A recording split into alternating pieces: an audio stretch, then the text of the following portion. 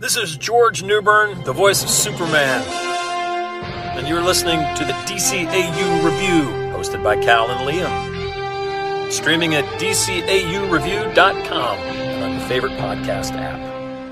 You're listening to the DCAU Review, hosted by Cal and Liam. Streaming on iTunes, Google Podcasts, and at DCAUreview.com. Now, here's today's episode. Hey, everybody. It is episode 63 of the DCAU Review. I'm Liam, and with me, as he is every week, is Cal. Cal, we're still smack dab in the middle here of Justice League month, and we have a very unique episode to talk about today. Yes, I would classify it as that. We are talking about Hereafter, parts 1 and 2, and this is a very, very unique episode. I would dare say, as I was thinking about this before we started the episode today, I was thinking this as sort of one of those episodes where I could see where people would hate it. Mm-hmm. I think it actually benefits from being a two-parter in this case, because they get to flesh out some stuff. Because if this was a one-parter, if this was a solo 22-minute cartoon, it would be a little bad. But there's enough, I think, in it that they do to make it not take itself too seriously. I think that it's fun at times. There's a lot of fun to be had. It's just a bizarre, out there episode that is it is thankfully self-contained. There's not a lot that happens in this episode that affects the rest of the DC universe. No, but we do get some fun to be had during it, including Superman with a beard. It's true, long hair and a beard, just like we always wanted. If you're a big fan of the first act of Man of Steel, when Henry Cavill's like hitchhiking through the Arctic or whatever he's doing, the first act of that movie, and with a bearded hairy Superman, this is the episode of Justice League for you. There you go. But so this is Hereafter parts 1 and 2. I shall, as I always do, start us off with our synopses as we jump into plot here. The synopsis for part 1 reads as such: The Justice League and the world react in shock when Superman appears to die while battling a team of supervillains. Batman searches for clues, believing he somehow survived. Meanwhile, the obnoxious Lobo volunteers to take Superman's place in the League.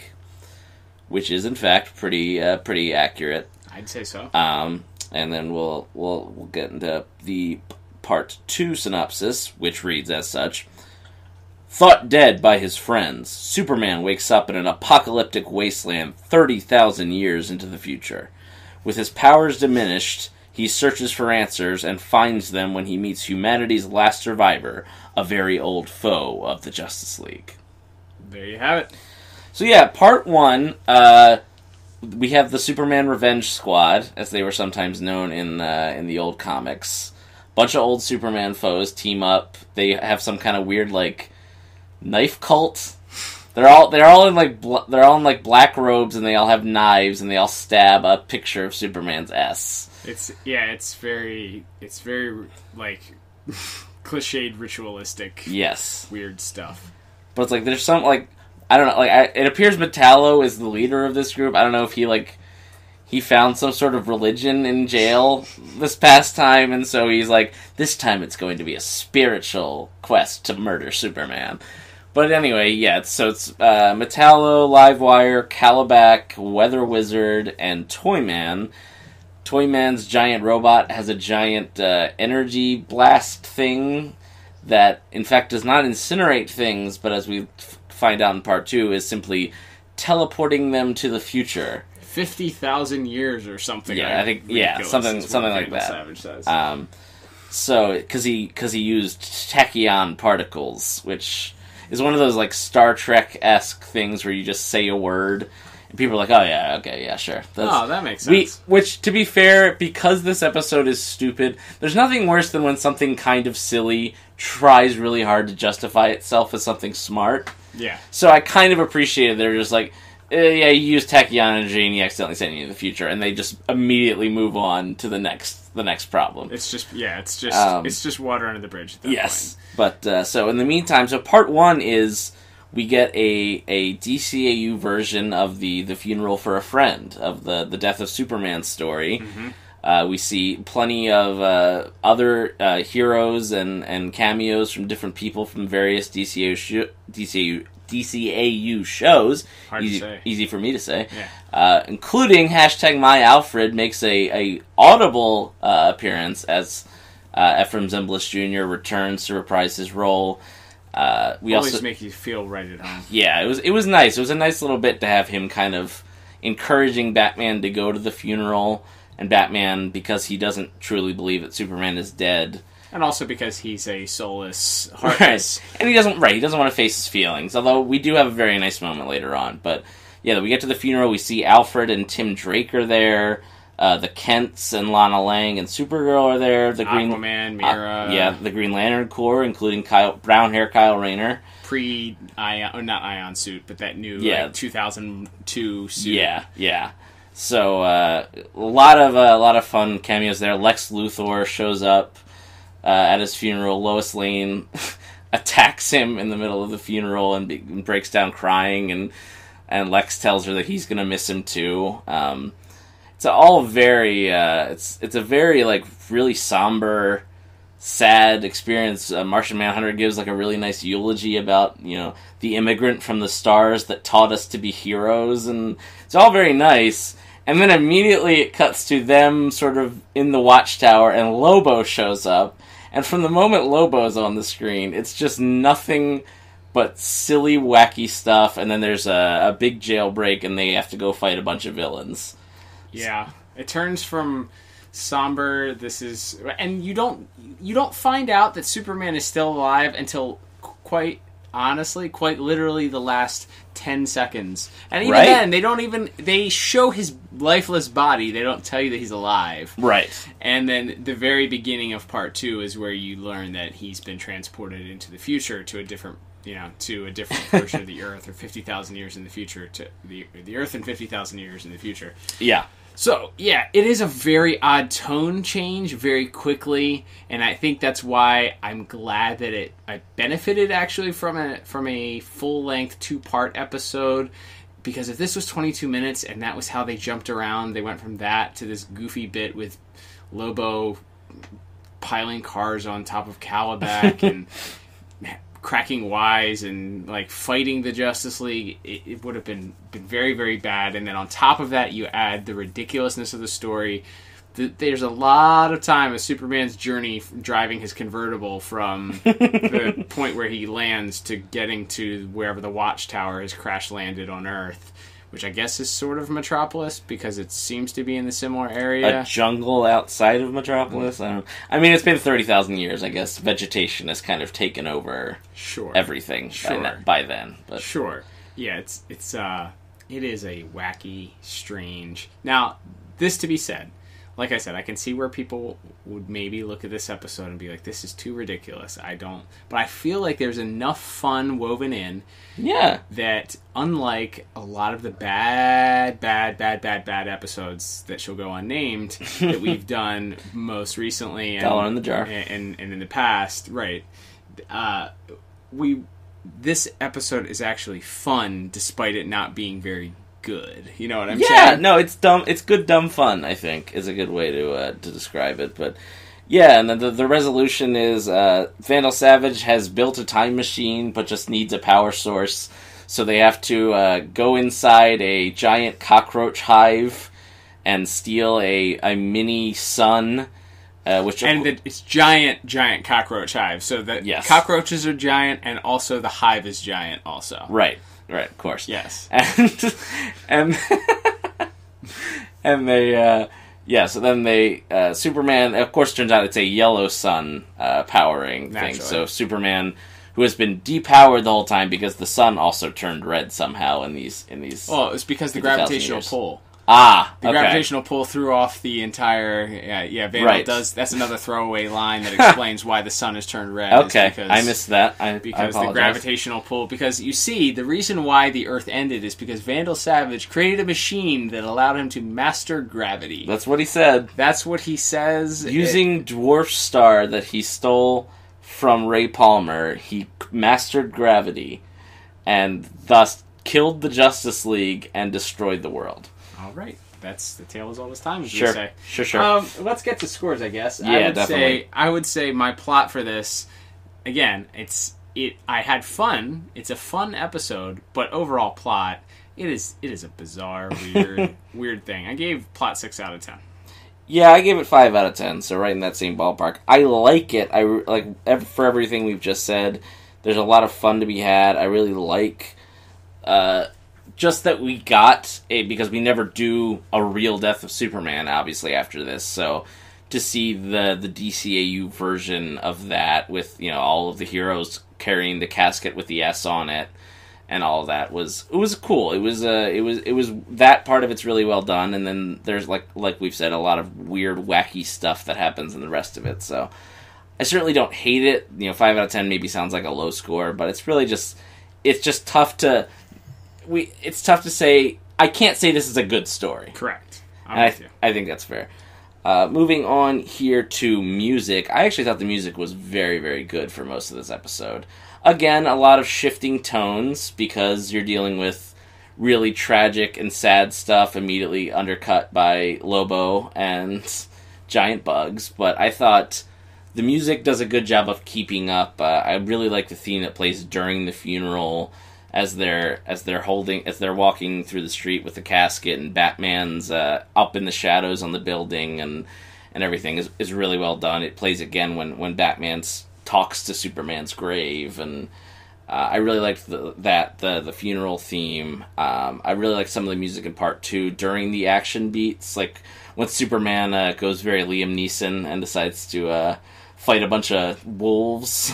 Yes. I liked the music there. I liked the music in the hive, and when he finally does grab the power source, the sun, and gets his powers back, we hear a little bit of the Shirley Walker Superman theme there.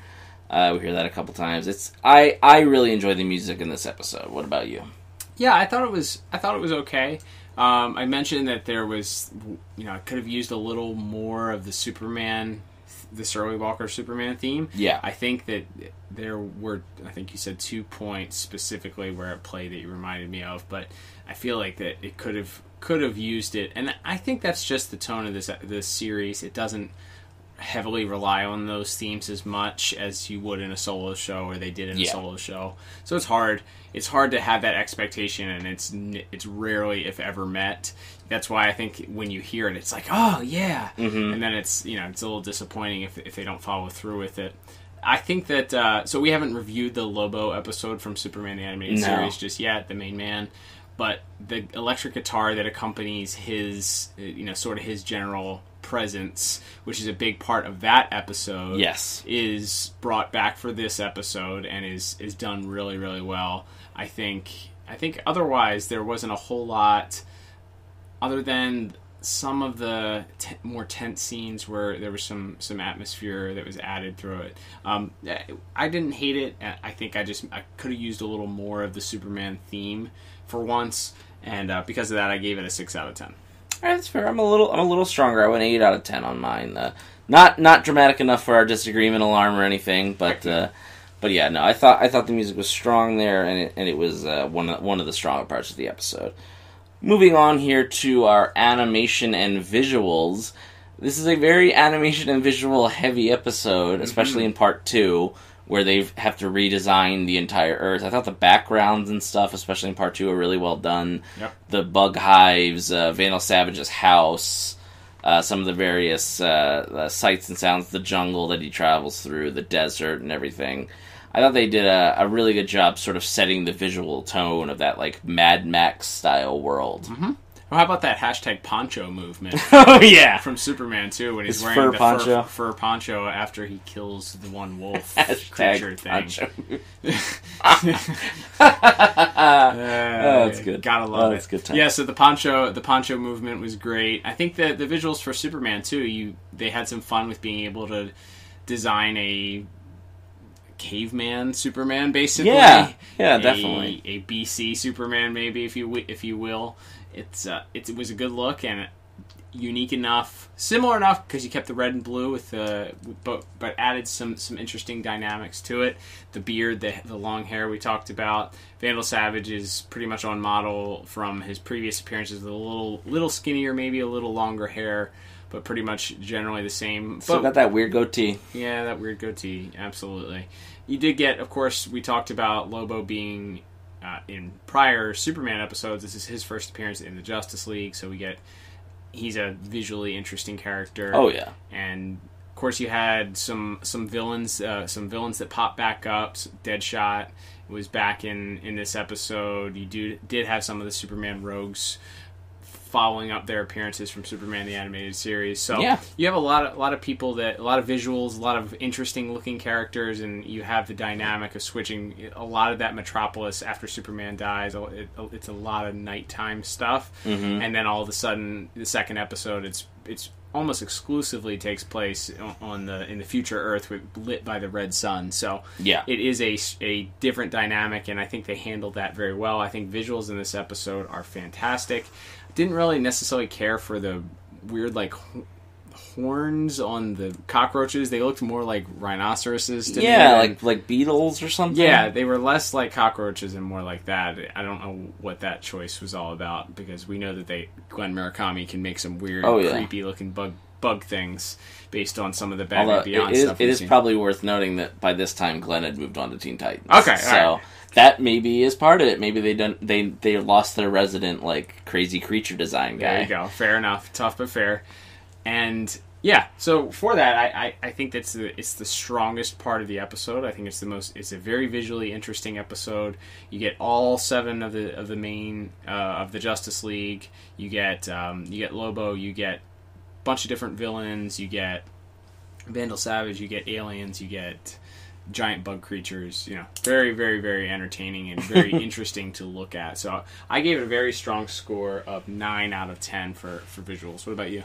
Yeah, I gave it 7 out of 10. I think it's really, really good. I really enjoyed for everything that we've talked about. I liked the atmosphere again of the funeral scenes, and that it was all taking place at night, and just sort of the overall. It can look really weird, and certain things work better on a comic page than they do in live action. So having everybody in their super suits next to a bunch of people in tuxes and black dresses could have looked really bad or really weird, but I thought it actually worked pretty well. And part of that's Wonder Woman dressed up differently, she wears sort of an outfit reminiscent of the Alex Ross Kingdom Come look. And yeah, I was a big fan of that. Yeah, I thought that was nice, her funeral garb, and everyone has the black armbands on. All the Green Lanterns are wearing overcoats. Yep. So I thought they did some nice stuff to try to distinguish that. Aquaman didn't want to wear a shirt though. No, he's like, I will not wear a shirt. He's like, I've worked hard for this body, and I will show it off anywhere and everywhere. I understand. I who could blame him? Who could blame the guy? If I had Jason Momoa's body, I would also show it off all the time. Never wear a shirt. Tremendous. All right, well, moving on to our final category here of voice acting. Cal, we have a lot of players, a lot of familiar players. Yep. And everyone from Corey Burton, who played everyone in this episode. He's literally the first 3 voices that you hear in the episode. Yeah. He does Metallo, he does Toyman, and he does Weather Wizard. I think he was trying to do Malcolm McDowell. Yeah, Malcolm McDowell. I almost called him William McDowell. Malcolm McDowell impersonation as he was doing that, and his Toyman was different enough where I thought actually that it was not him that was playing him. Yeah. I questioned whether or not it was him or Bruce Timm, but he gets the voice credit for it. So he did a good job. I think we always say we're big Corey Burton guys, so always got to shout him out when he's there. Oh yeah. We have the returning Brad Garrett from, as you mentioned, from Superman the Animated Series as Lobo. There is no other Lobo. No, to me, no question. To me, I don't. I think he did, if I'm not mistaken, he reprised the role in Justice League Action also. I believe so. When yes. when they did that, There should be no one else for the rest of time. We talked about that with Ed Asner, with Granny Goodness. I think we've talked about that with Michael Ironside, with Darkseid. Absolutely. Certainly, Corey Burton and Clancy Brown holding down their roles, respectively. I think going forward, there should be no one ever cast again as Lobo, except for Brad Garrett. Yeah, there's a new live action version on the Krypton show, and I have not watched it, so I'll reserve judgment. But I know he doesn't sound like Brad Garrett. Yep. So that's going to be a point against him. That's right. That I'm sure who's a very nice man. Yes. But he's not Brad Garrett, and therefore I will hate it. There you go. But anyway, yes. And then other than that, we have Phil Morris as Vandal Savage returning. We don't review Justice League in order. I believe this is his third appearance in the series to the point. The second one that we've covered. There's a little more variation in his performance this time than when we reviewed Savage Time. Agreed, yeah. I think in Savage Time, because he's the cold dictator replacing Adolf Hitler, he had a little bit of a different delivery and different mindset. This, because they don't say it per se, but I think you can intimate from the character itself, he's gone a little bit crazy because he's the last person on Earth, and he's been there by himself for an extended 30,000 years or whatever it's been. Right. So he's going a little insane being by himself during this time. So he says things like, "Superman, do you want to come back to my apartment?" and joking, and he's not just the cold, heartless dictator looking to take over the world. He has some nuance to it and is allowed to kind of express some of that outside of that stern, cold, villainous heart that he has in the Savage Time. Yeah. So I think his performance in this episode is fun. It added more dynamics, I think, to him, an extra layer and an extra dimension to the character. Obviously, this is an alternate future version that no longer exists after this episode. Right. But it was cool to see him and Superman working together. He couldn't, I don't think, be the cold-hearted, monotone character that he was before and be interesting, I think. Well, yeah, and part of it is that version was very much, everything has gone according to plan, and I'm so in control. And this version is also like he regrets everything. Like he regrets that he's now all alone, and he talks about how he was going to build himself a rocket ship to fly away and find another planet to live on, but he feels that he must punish himself because he doesn't deserve to find other people. And so you can tell he's a guy who's gone through a fundamental change as far as his worldview goes. But then rounding out the guest cast, we had plenty of familiar faces like Jason Marsden as Snapper Carr. We already mentioned him. The hashtag #MyAlfred from Zimbalist Jr. Clancy Brown shows up briefly as Lex. Michael Dorn as Calabac. And, of course, Dana Delaney in her one scene as Lois is so darn good. Yeah. And, she was great. And as far as the main cast goes, Carl Lumbly Martian Manhunter is very funny in this episode to me. He gets some good comments. He has to lecture. He keeps lecturing Lobo. And at the end, when Lobo flies away and says... don't ask me for help next time, and Sean gets to shout, "We didn't ask you this time either." That's so great. It's awesome. It's a great line. The main cast does a great job. I think Newburn has a lot to do. Obviously, he's mainly him and Phil Morris are the ones in the second episode that have the majority of the dialogue. Until the last 2 minutes, there's nobody else talking. So for them to carry the load and they play off each other well, I think. Yeah. I think he does a great job. And the first episode is a very Batman-heavy episode for our second week in a row. You get a lot of Kevin Conroy. And there's some different dimension to his voice. We talked about the scene where he finally sorts to start to process the fact that Superman may indeed be dead. There's some nuances to his voice, and it softens, and he's not the hardened Batman voice. Yes, when he gives the speech, and he basically... Because it's funny, because even though we've established these guys know each other, they aren't chummy the way they are sometimes portrayed in the comics, or certainly in, the Silver Age of comics here. But so to have the moment where, as you say, Batman can actually be vulnerable and be honest about what Superman means to him as a symbol, as a person... I think was a really nice touch, and of course Kevin Conroy, as always, bringing his A game there. So yeah, it brings us to our scores here for voice acting. I am giving it a very strong 8 out of 10. That is very interesting because I gave it a very strong 9 out of 10. I think that's totally different. Completely and totally different. I think that all the things that we said today are true. That's why we said them. Well, that was a great point, Cal. And yeah, that will bring us to our final scores here as we are wrapping up. My final score, if I have this tally correctly, and I sure hope I do. Yeah, I do. It's my final score is a pretty good, pretty strong 28 out of 40. What about yours? I ended up with a very different, completely different 30 out of 40. I think that that talking about rewatchability, it's not a must. It's similar to last week's. I think it's not a must for me, at least. It's not a must watch. Yeah.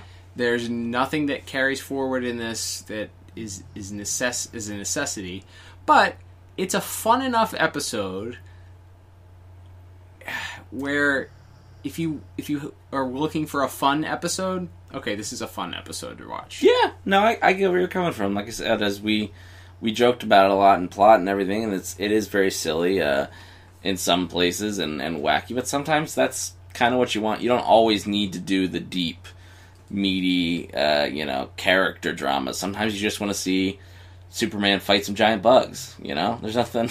Oh, do we have that enough for you? Right, exactly. Yeah. So, nothing wrong with that in this episode. And in this case, I would say, if you just want to watch a decent, fun episode, this is a fine one. But yes, if you're only trying to watch the super consequential episodes to the series, then you could probably skip this one. Agreed.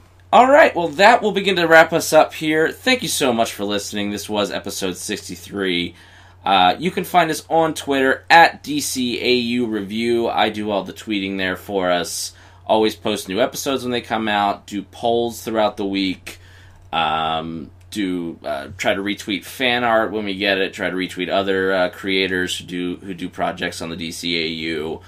Lots of fun stuff on Twitter. Be sure to follow us there. If you want to hear some of our past episodes, you can, of course, find us on every podcast app that you can think of, but also head to DCAUreview.com where you can stream all of our past episodes and you can sort by category. So if you want to just hear our Justice League episodes, you can click on that category. If you want to hear all our episodes on a certain villain like the Joker or Darkseid, you can search that way. If you want to hear our top rated, the best of the best, our top picks section, we have a section for that now on the DCAUreview.com as well.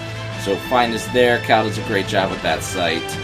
And until next week, I'm Liam. And I am Cal. And we'll be back next week with another episode of the DCAU Review. Bye-bye.